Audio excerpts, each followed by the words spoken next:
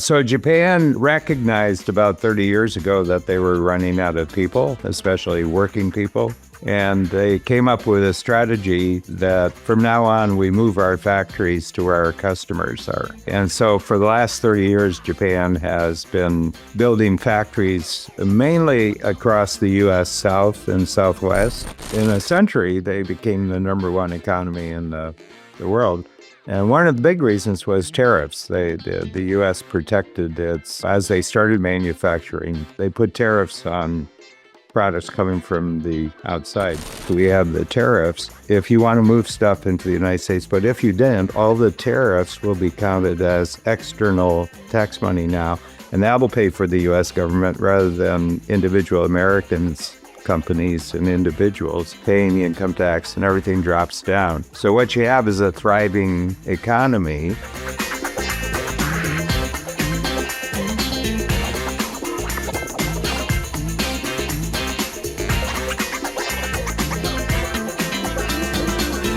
Hi everybody, it's Sullivan here, and I'm here with Mike Koenigs, and this is the next episode of Capability Amplifier. And boy, did we amplify the capabilities today, Mike. We're talking about the high stakes gamble that the United States and the person of Donald Trump and Elon Musk are making about how the world is going to be basically organized for maybe the next 50 to 100 years. It's been neat being ringside in this whole high stakes gamble. Mike? Yes, and this began with a little side comment Dan made, which is the Japanese are investing $1 trillion in the United States. I was like, really? I didn't know that. And then from there, we talked about the power of tariffs, the history of tariffs, and why they're actually advantageous and why they got brought up in the first place. So this is a show about the high stakes gambling game of making a lot of noise, creating deep audits, and how we can create a less expensive government that's more effective, and what it takes to be a world leader right now. And I think you can apply a lot of this thinking to your own business and your life as well. So I'm positive you're going to enjoy this episode as much as Dan and I had making it. All right, Dan. So we were having a conversation at the last Free Zone event, and then we went right to 100K with Joe Polish, and we were talking about the $1 trillion investments that Japan is making in the United States. And I'm like, what the heck are you talking about? Why would they do that? And then that extended into this conversation about tariffs. So let's talk about tariffs, Japan, and investment into the U.S. from the outside of the U.S. and what's going to be happening over the next 4 years. Mm-hmm. Yeah, well, I've been really interested in tariffs for quite a long time. Generally, the U.S. became the #1 economic system in the world. Actually, by 1900, the U.S. was already, they had gone from, in a little bit more than 100 years. If you go back to when the Constitution was ratified and, Washington was the first president, the U.S. had about 3 million people in the colonies that became states. And, and it was largely a agricultural, commercial country that really didn't have much manufacturing, mostly agricultural. And in a century, they became the #1 economy in the world. And one of the big reasons was tariffs. The U.S. protected its, as they started manufacturing, they put tariffs on products coming from the outside. And that went right up into it was still going around the time of before the First World War. And then First World War was just everything got thrown out of whack because it was the biggest war up until that time, and you had almost martial law in the United States, and then it went back to the mid period, between the two wars, which was actually just one war with a ceasefire for about 20 years. And then you had the Second War, which was the most destructive event in human history. And the U.S. got to the end of the war, and they were just number one in everything. Military was the biggest. Really, except for the attack on Pearl Harbor, there was no damage to the United States during the Second World War. And they had this conference in New Hampshire at Bretton Woods in 1944, so first week of July, 1944. And the U.S. had one concern. They could see already that the Soviet Union was going to be a problem. And they just did not want to fight a war against the Soviet Union. It would have been a land war in Europe, and they couldn't win that war because the U.S. is essentially a maritime country. It's not a land war country. And so they came up with the Bretton Woods Agreement, which basically created one of the most remarkable weird worlds in human history, where the U.S. just decided they had so much money, and they lent this money. They had the Marshall Plan, which anybody wanted to borrow from the United States and to rebuild their economies. They could manufacture anything they wanted, and they could sell it into the United States, and there'd be no tariffs. And this is the first time since the U.S. had been a country when there were no tariffs. Okay, so they went, and gradually they just out-prosperitied the Soviet Union into extinction. And all these countries got built up. A lot of them, they weren't even countries when this began. And the Soviet Union collapses in 1992, and the rest of the world just goes on as if nothing happened. I remember at the time, I said, this is the largest empire in the history of the world, and they just collapsed. And there's nothing in any of the papers. There's nothing about this, because they had this sweet deal with the United States that you could build anything you wanted and sell it into the United States, largest economy. And there were no tariffs, okay?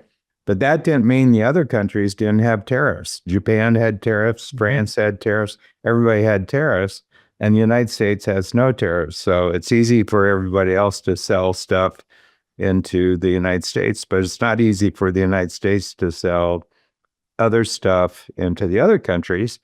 And so the corporations, American corporations, say, well, we'll just send our factories to these other countries, and then we'll do, they'll produce the products and we'll sell them in. There's no tariffs on our products.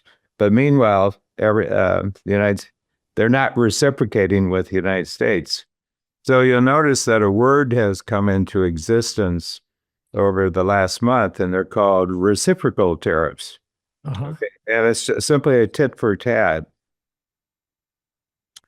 That if you have a tariff, we'll have a tariff. Okay, it won't be on the same thing, but we'll look at it. For example, Canada, you can't sell dairy products into Canada. The United States can't sell dairy products, but they can sell any number of dairy products into the United States. So the United States says, well, we'll find some way of putting a tariff on something that you make that equals the tariffs that we're paying for. So it's not, first of all, I'd like to make first point is the U.S. always had tariffs. They always protected industry, especially when you have a new industry, you always protect. And other countries always did this too. It's just that after the Second World War, the United States committed an unnatural act from an economic standpoint. They didn't charge tariffs, and the big reason is they wanted to rebuild this world around the Soviet Union. It wasn't for money. It was for security. We just want to do that. So that's just a little background. Any thoughts about what I'm saying here? Well, I think the question that I think I want to dig into in a little while is, when you paint it like that, it makes a lot of sense. And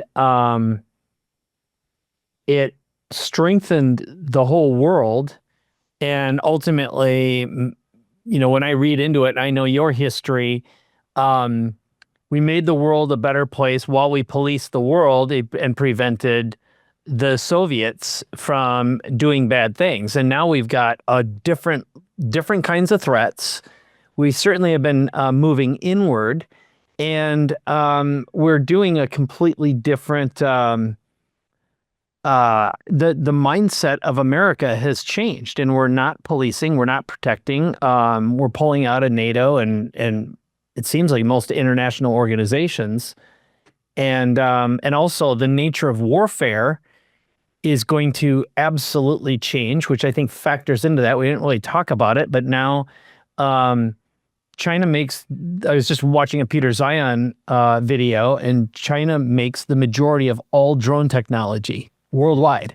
And we're in an environment where aircraft carriers are going to matter less, and so are traditional submarine technologies. It's not a matter so much of who can spend the most will have the most power. At least that's the impression I'm under. You may have a completely different point of view. So I'm way over answering your question as usual, but I'm thinking about this from the historical perspective, and then I'm trying to iterate out to what does it matter now and how have things changed? So let's talk about the contrast, perhaps.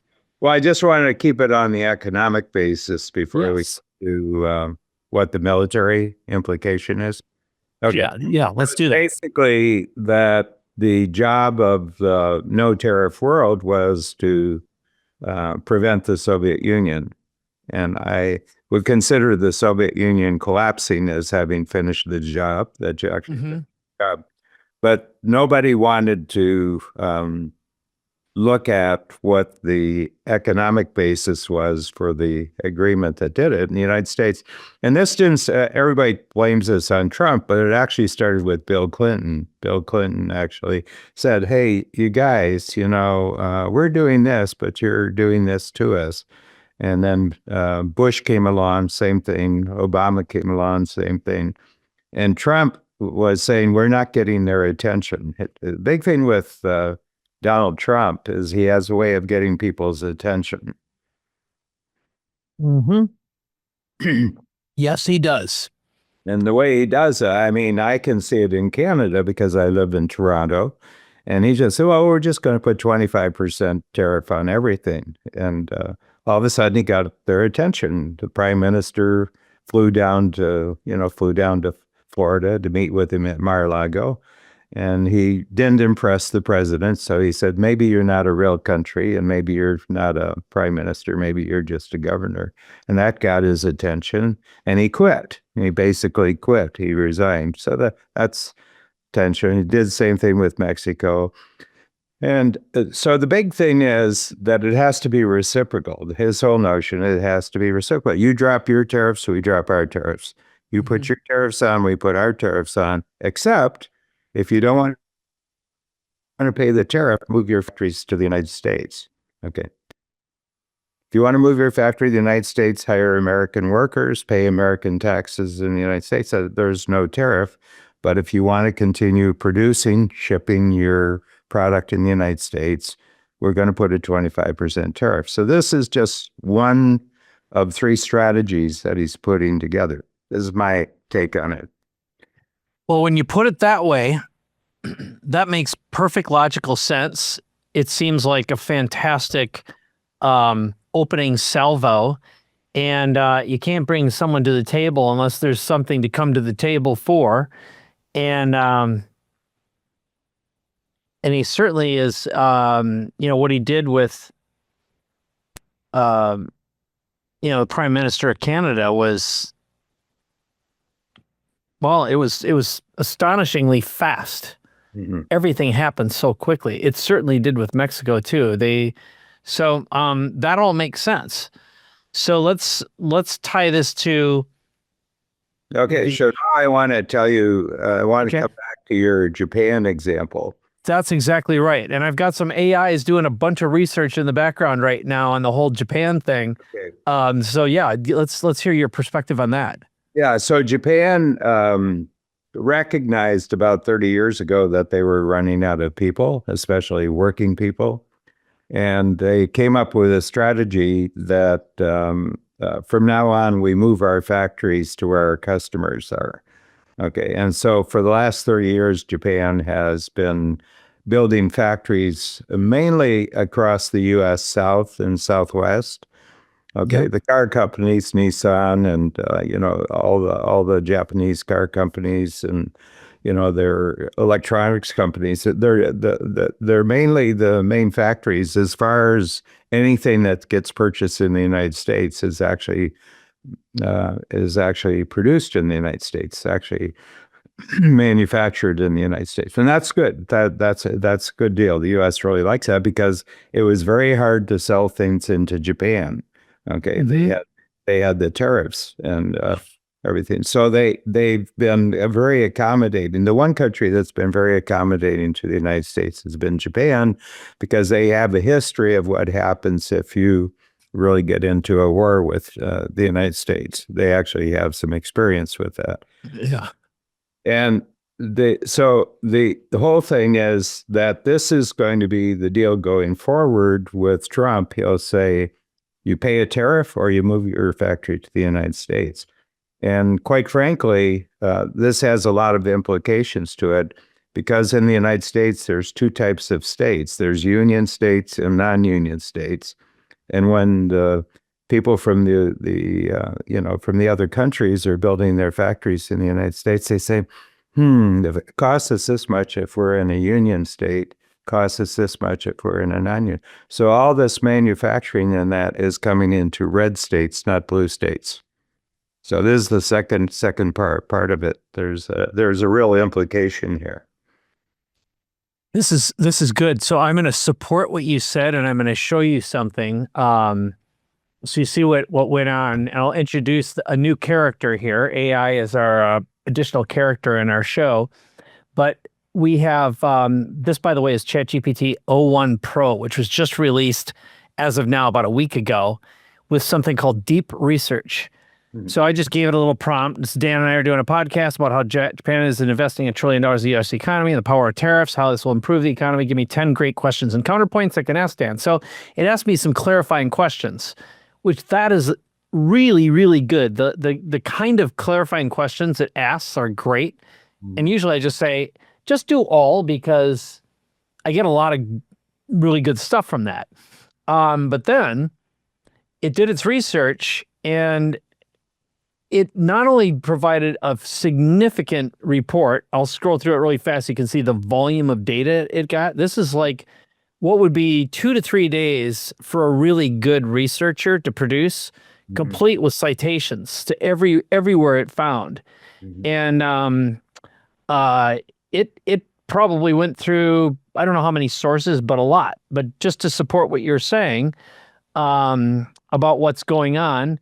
So it's going from 783 billion to roughly 1 trillion. High-level talks, okay. It's to address its large trade surplus in America, 68.5 billion annually. And of course, as you said, to avert potential U.S. tariffs, precisely what you said.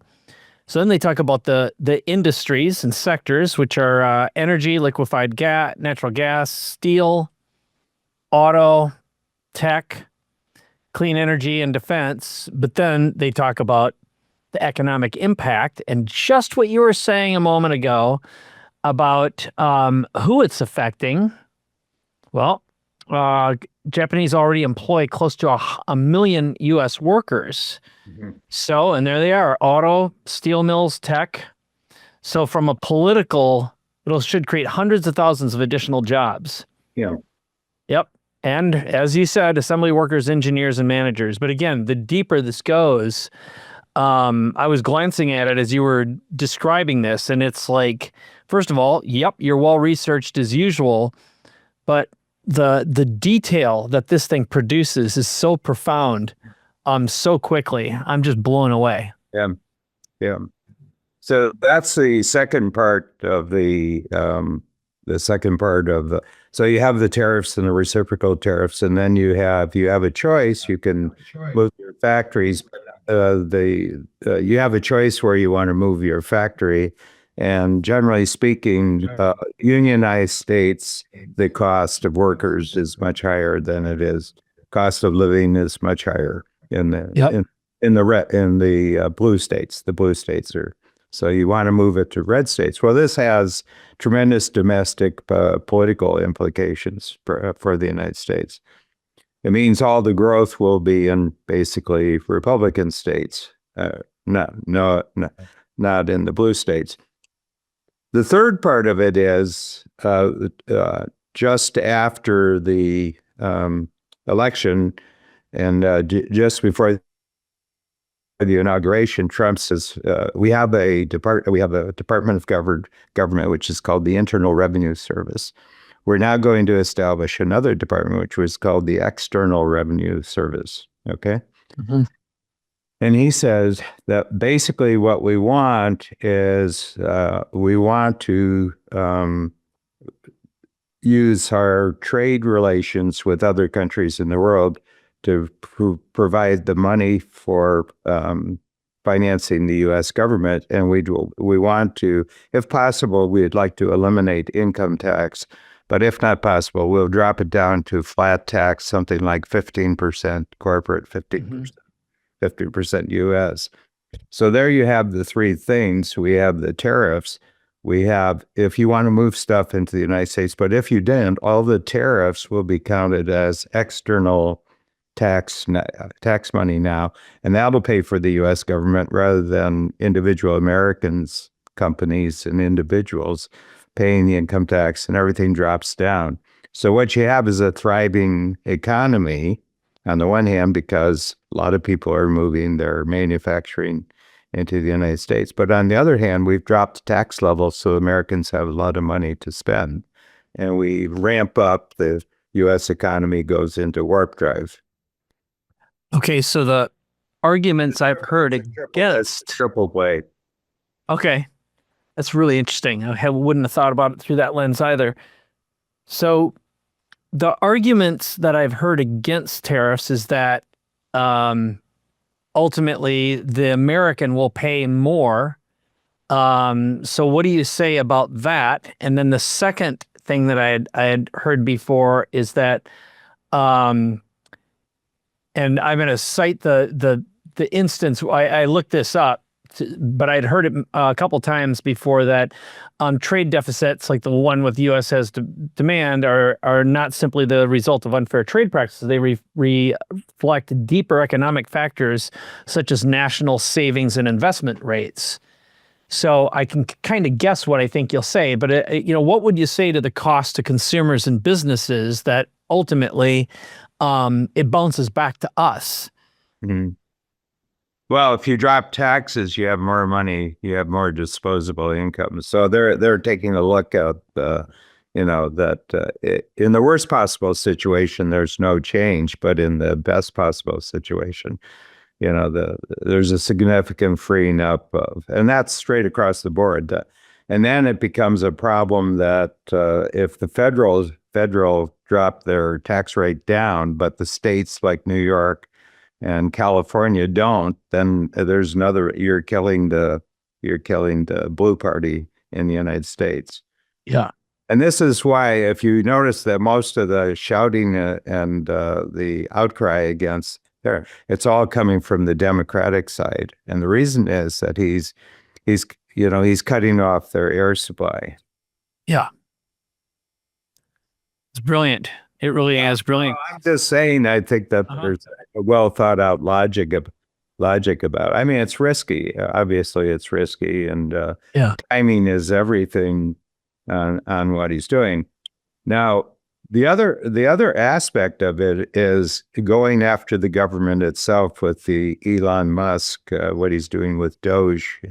Yes. Which, if it comes off, is going to be a remark, because the cost of government is going to go down in the United States as opposed to the other countries.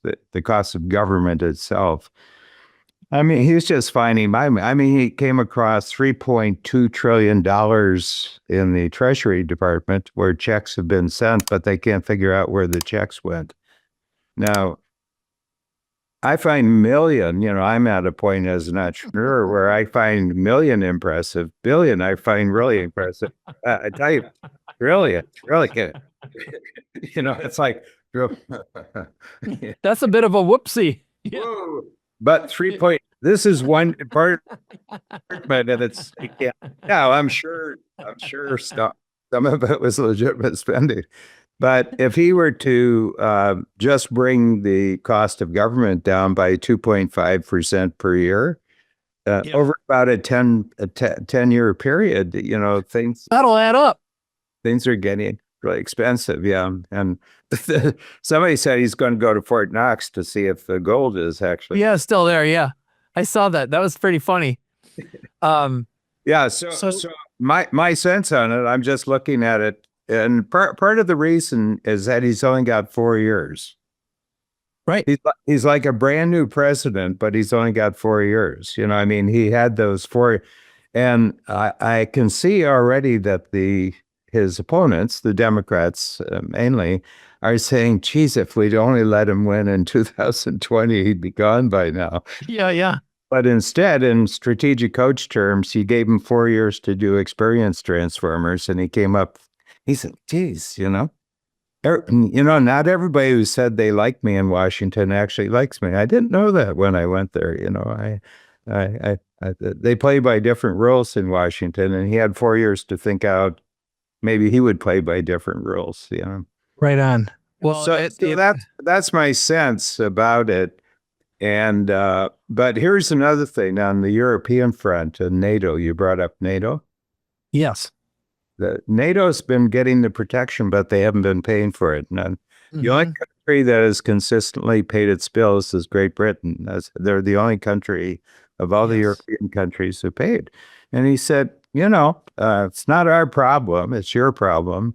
And, a lot of you countries, you can't even put together a good marching band. I mean, you guys really haven't paid. Canada's, since Trudeau came in, it's been about half they've been paying, but it's been going into social programs. Instead of spending the money to do their part with defense, it's been going into social programs, and they're all left-wing social programs. They're all left-wing, and so he's saying, it's your choice. You have our protection, and it costs 2% of your GDP. Those are the rules. And if you don't, then you can take money out of your social programs and pay for the military, because you're going to have to, because your world is becoming a more dangerous part of the world. And, we're 3,000 miles away. It's not like it's next door, So anyway, I think there's some high level chess going on in there. And how they're thinking about this. It's quite brilliant. So I have two thoughts. One of them is, it just goes to show multi-generational entitlement is very, very dangerous, and making assumptions that what you have belongs to you and that this gift is entitled to you. That's trust funds. I don't see how they end well. Most children I know who are in trust funds are not very functional members of society. I can think of very few examples of that not being the case, but it knocks the entrepreneur right out of you. But the second that I wanted to know is, okay, we use Japan as an example. If you were going to guess, or what do you know or believe will be some other countries that may follow suit? Would it be Canada? Would it be Mexico? But what other countries would invest heavily in the U.S. because the tariffs are of danger, or they see a tremendous economic, political, and military reason for that? Yeah, I think the main one would be sort of South Korea would. Korea would do it. I think India would do it. Yeah, and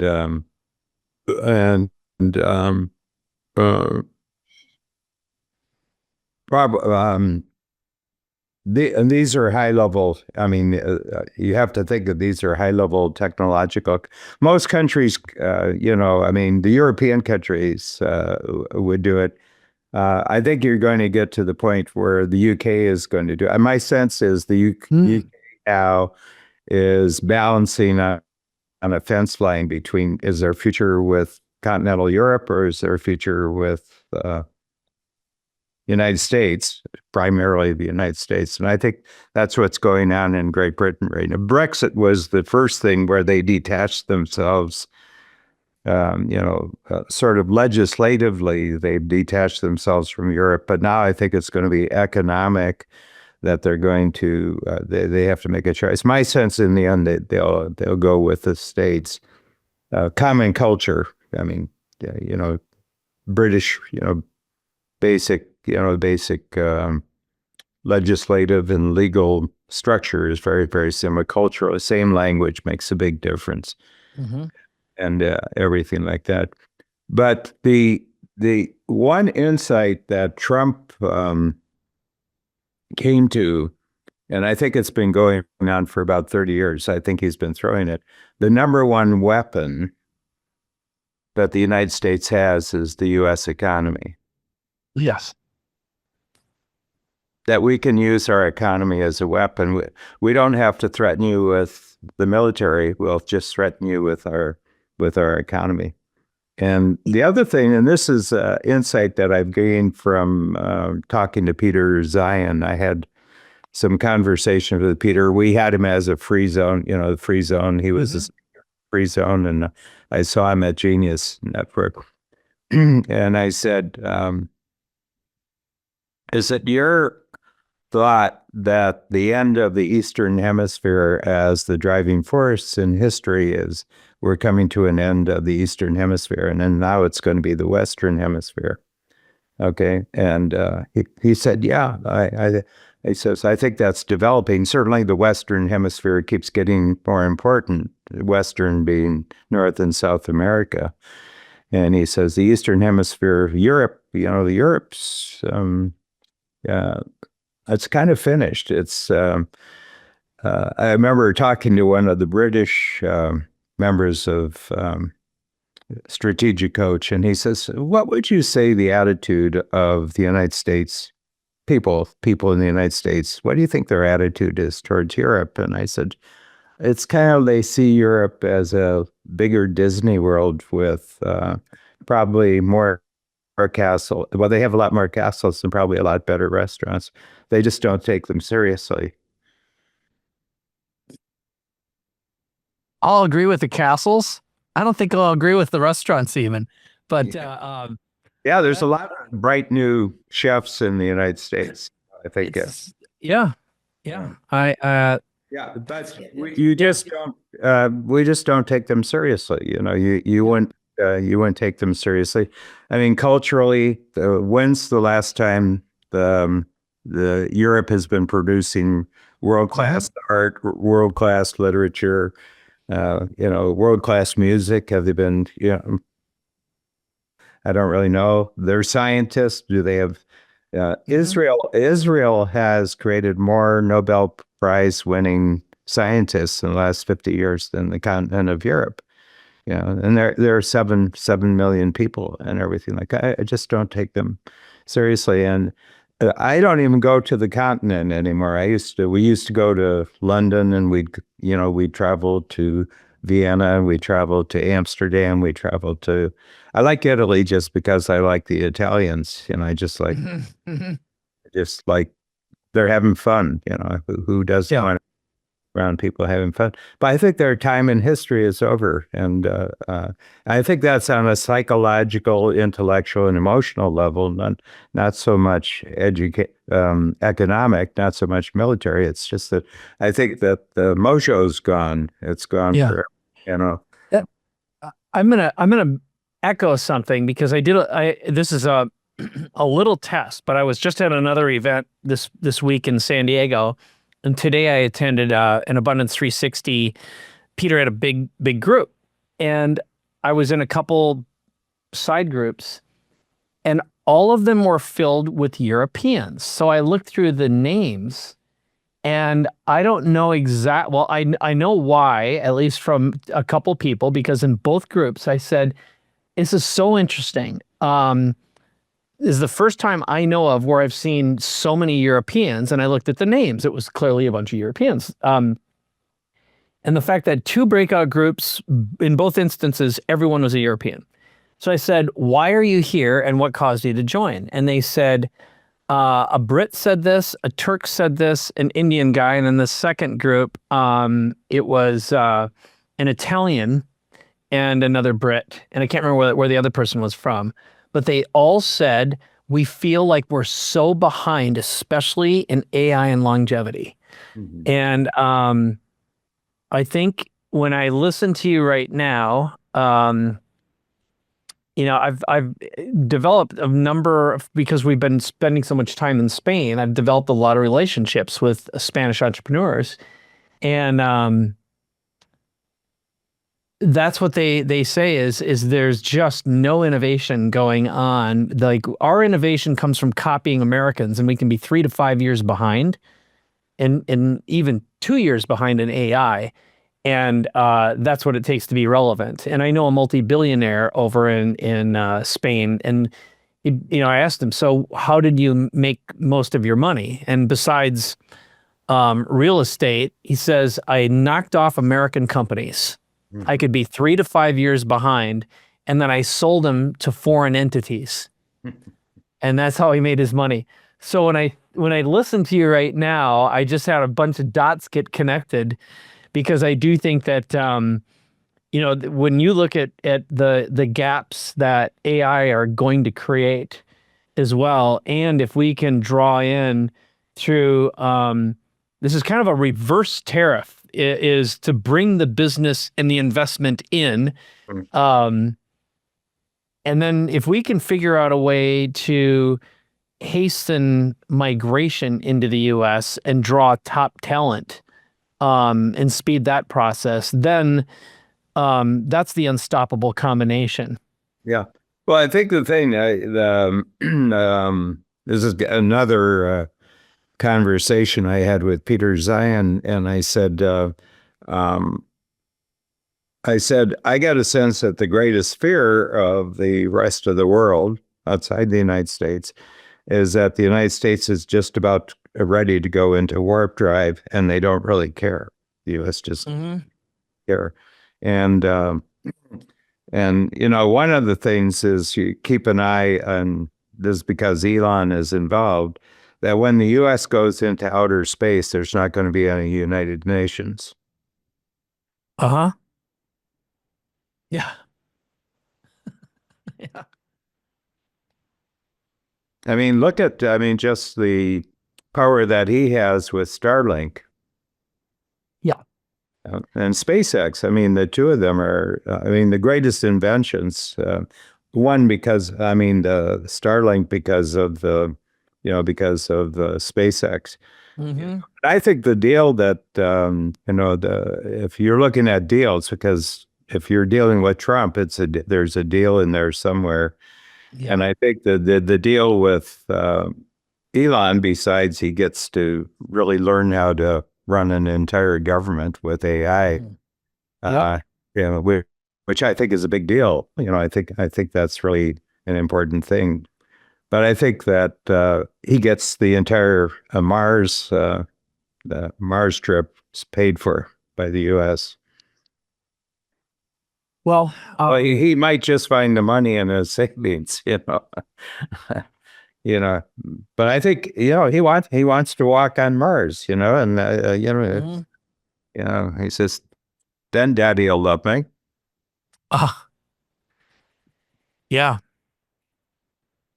But he's a motivated man, He really is. I'll give you two things that you reminded me of, and you and I have talked about this before. I've stayed connected with the launch director of SpaceX for years, and we chatter back and forth. regularly about what's going on. And whenever I see a rocket going past, we saw one in Phoenix the other night, and I texted. Wasn't the timing good on that? You know It was amazing. how we had to work to just for our free zone party to have the rocket launch. I'm glad you arranged that with Kiko and Elon, because that when they say yes to Dan, they say yes to Dan. It was great. And I'm like, is that one of yours? He goes, yes, it is. So, but anyway, what Elon's doing and why it ties into this is he's about to obliterate the entire distribution of the internet, at least for carriers, because T-Mobile's about to activate, and they have their beta in service. So now your phone actually talks to Starlink satellites for low volume data, SMS, etc. So that means you'll be connected all the time, anywhere in the world, no matter what. And the level of extortion that's gone on with internet carriers over the years and phone carriers is just unprecedented. That business has been gutted for years. But also the multiplier effect of all of these companies, because every Tesla that's been on the road has been training a robot army. And just as of the time we're recording this. Just explain that. I'm not quite sure what you mean by that. Okay, so every single Tesla is a gigantic data acquisition device. It's filled with cameras, and it pays attention to the movement of people and traffic. And if you think about it, they've mapped out the fastest way for anything to get anywhere all at once in all the US and in many places in the world now, and have amassed massive volumes of data and can predict how humans and objects move around on highways, streets, and sidewalks, etc. So the way robots are being trained is not only with that externalized data, but also they're effectively sucking down like the behavioral patterns of every athlete, every dancer. And AI can intuit. It can basically now synthesize data. So in the past, the way AIs had to be trained is you'd have to effectively teach it by feeding it books and information. But now, like, we quote unquote think, at least we think we do, humans do, but we'll make up an idea, and that can become something new. Mm-hmm. But the AIs are capable of doing that at breakneck speeds, and now they're creating synthetic data to train themselves faster based upon this. It's fast learning. So if you think about what all of Elon's companies, so we got Starlink, which covers data, the world, and what did he do? He managed to figure out a way to use government money to build rocket ships. And while he was launching stuff for other people and charging for payload, he was putting Starlinks up all over the world in mass. And now there's so many, you can provide data to anyone in the world. What did he do also? If you can't pay in US dollars, you pay in crypto. Mm-hmm. So now you've got that side of it. He built and bought, right now, as far as I know, he has more supercomputers than anyone else, and they just released the new version of Grok, which is trained on Twitter data.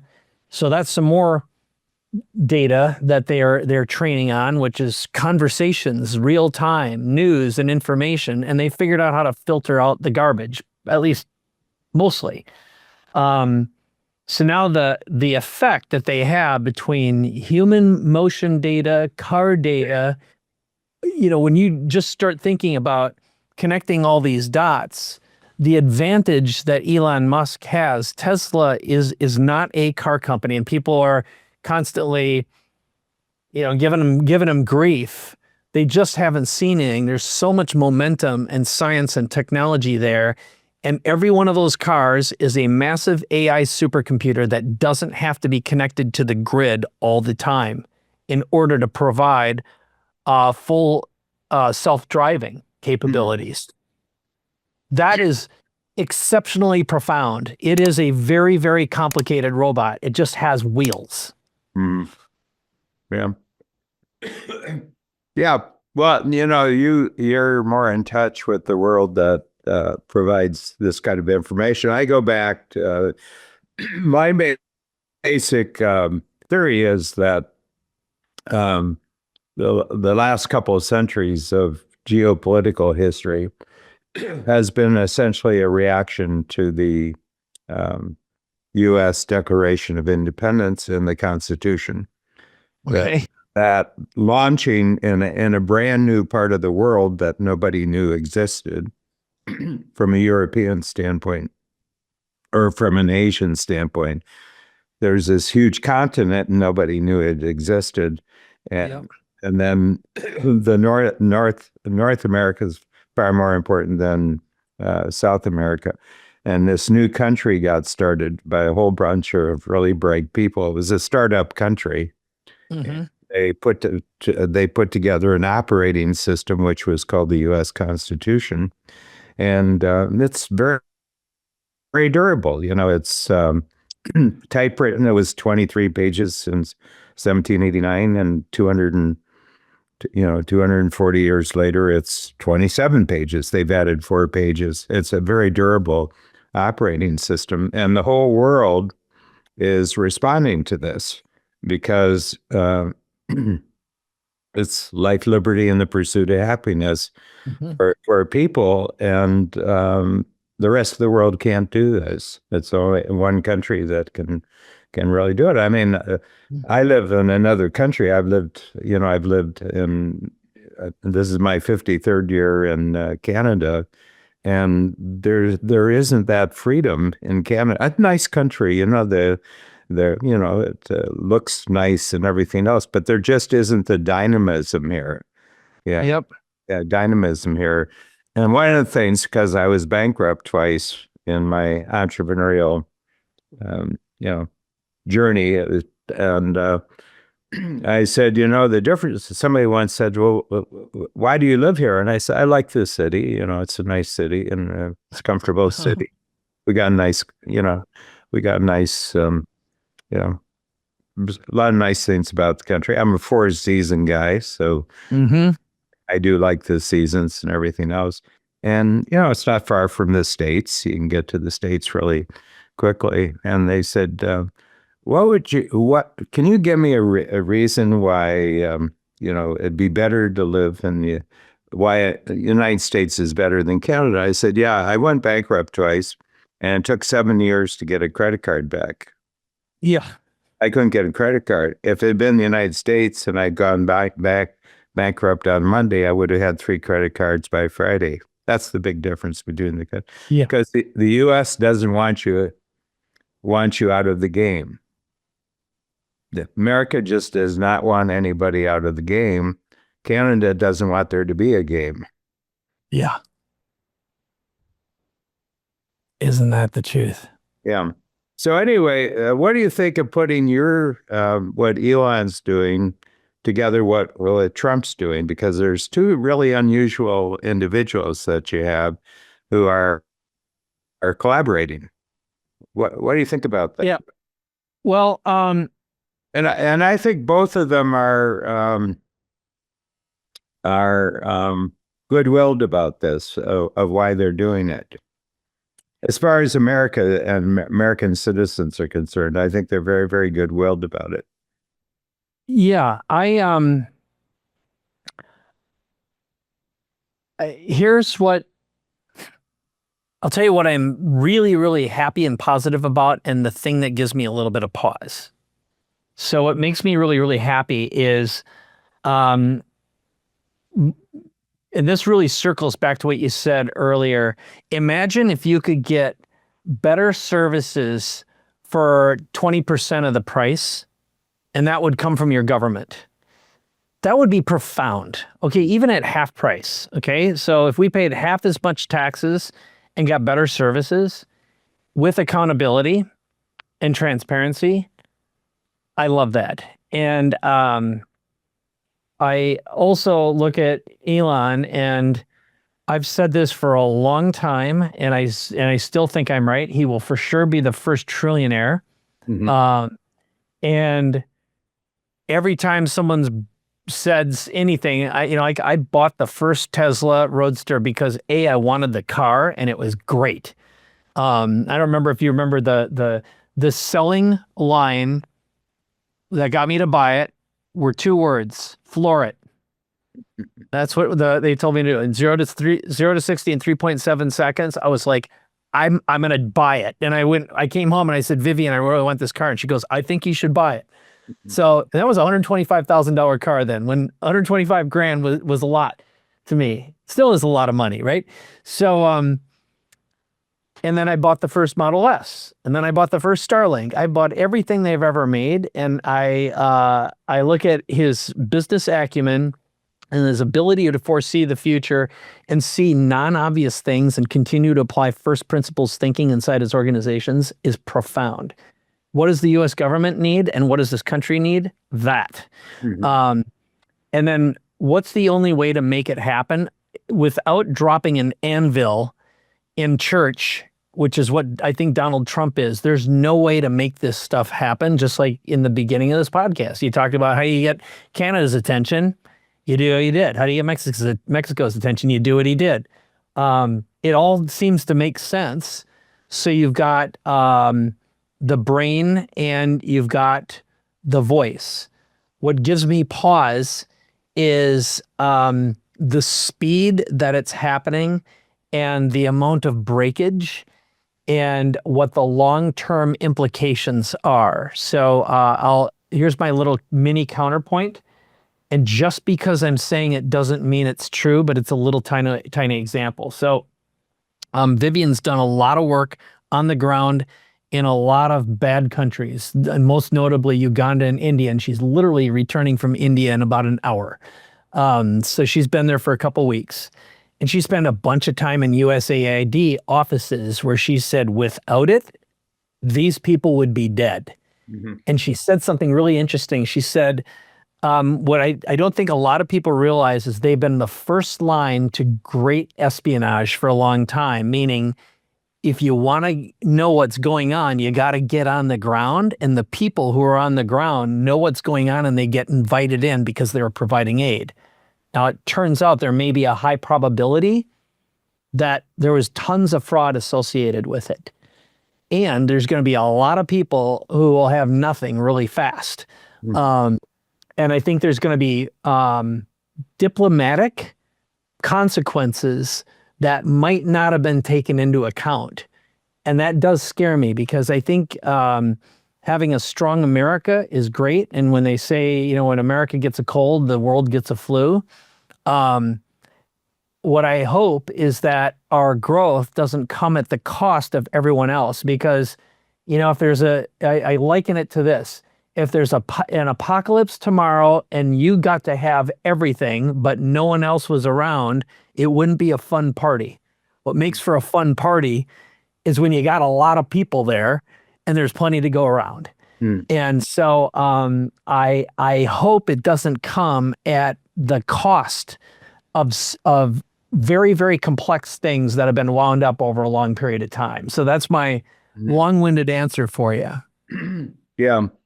I think the reason why, well, first of all, I think they haven't canceled the USAID programs. What they've said is that this is no longer the correct vehicle for delivering it, and it'll be back into the State Department. And Rubio is a terrific. So my sense is that the programs will continue. They just will not go through that organizational framework. So that's my observation of what's going to happen.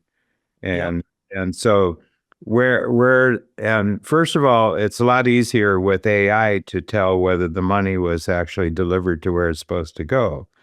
And what he's introducing for the first time is an audit of the national government. It's the first time in history that you had the technological means to actually do an audit on an entire government. Every single check that's written now can be detected, it can be observed, it can be checked off.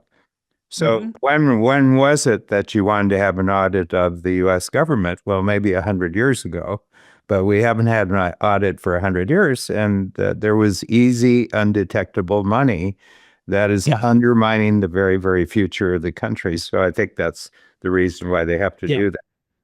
Every person, every business needs a regular audit. And I mean, there's 50 different checkups on Mike and his career that's been observed because you're a private sector company and we're detected everywhere. But why shouldn't the federal government be, observed and measured and detected in the same way? So I think that's the big thing.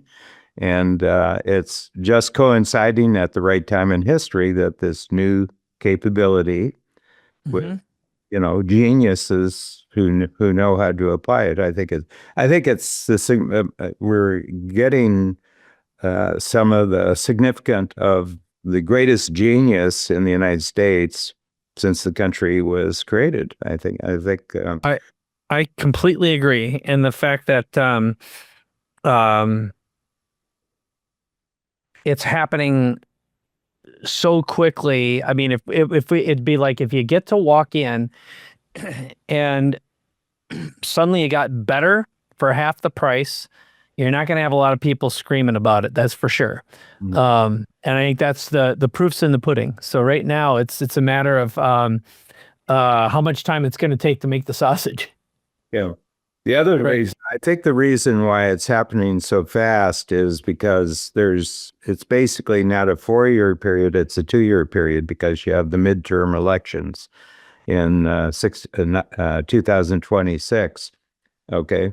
And so what Trump has done, he said the only way that the Democrats can respond right now, because they don't have the Senate, they don't have the House, they don't have the Supreme Court, and they don't have the White House. So but 2 years from now, that could change, okay? And that could get stopped legislatively. So what he's done, he's moved ahead very, very fast that the only power that the Democrats have is the court system, where they have elected and appointed Democratic judges, and they're countersuing all the moves that Trump's making. Yeah. There's something that they don't quite know as well as he has, but every time a suit is made, like of a district judge or district judges that they have, all those cases will go to the Supreme Court within 18 months, and the Supreme Court will rule on them. And everybody says it's unconstitutional what he's doing, but I said it's not unconstitutional until the U.S. Supreme Court says it's unconstitutional. So he wants all these court cases totally established before the midterm elections. Has to do it really fast. Yeah. So he's just going to grind and grind and grind and grind, and their only defense is the judges making these what should be local decisions, but they're saying they're national decisions. And the Supreme Court is there, and that happens to be on this type of matter, the court would go with Trump. So the guy had casinos, I mean, he knows about gambling, Yeah. Yep. That's in guesses. Yeah, best. So anyway, that's I think I'm very, very interested in the things that you're putting together about Elon, because my sense is that he's the Edison of our time. He's he's got that type of mind, and we're fortunate, I think, that we have someone like that who is being given a really important government job to do a complete audit on the U.S. government and put in place now things can be observed and measured accurately from now on. I think this is a remarkable transformation that's going on right now.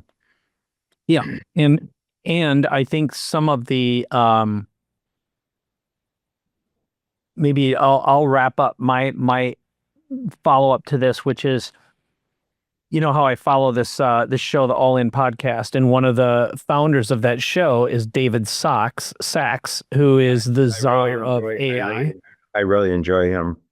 Yeah, he's I think he's a really brilliant guy. And in a way, when I started listening to that show years ago, because I've gone to all their physical live events too, and I followed the other members. So one's David Friedberg and Chamath Palihapitiya. One of them came from Facebook, one of them came from Google, and the other guy he's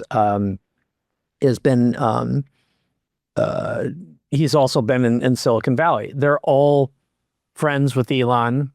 They know the culture there, and they have been cultivating these relationships. And the all but Sachs has been a hardcore Republican. The other three you'd call them Silicon Valley Democrats. And along with Mark Andreessen, who I think I sent you the Hoover interview with him. It was great. And he really explained this shift in culture and why and what the Democratic deal was for many years, which is, we're going to effectively protect you and your brand as long as you stay on our side. And eventually the promise was broken.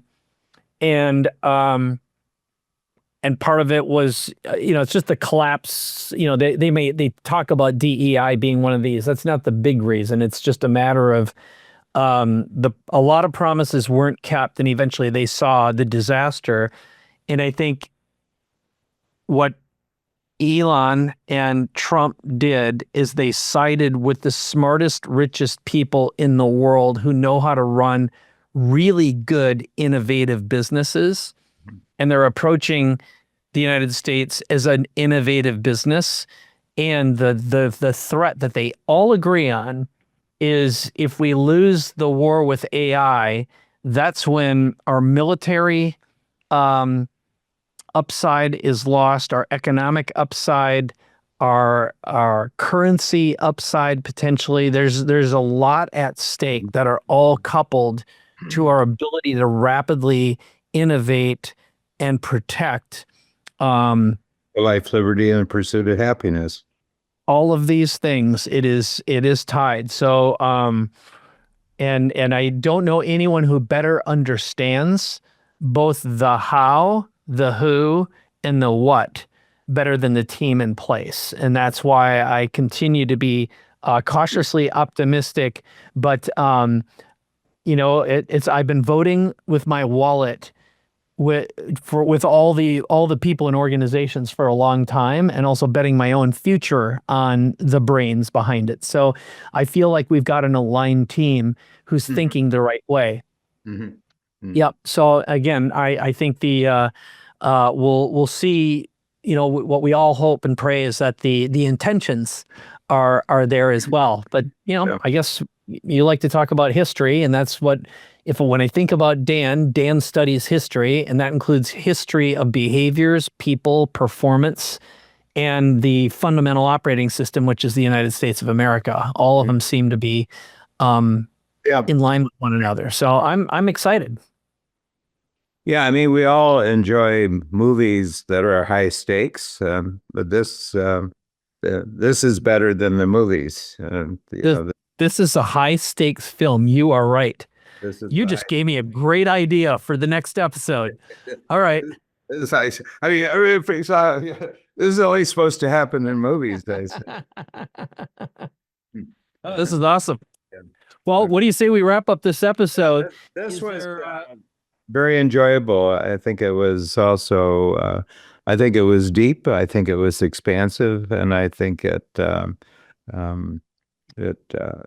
gives a great framework, both from your understanding of where the technology is going and my sense of how the economics are, and just the structure of government is involved in this. But if you think of the U.S. government, it's not actually on a per capita basis. It's not the biggest government in the world. There's actually, Canada has a bigger government in relationship to its population than the U.S. does.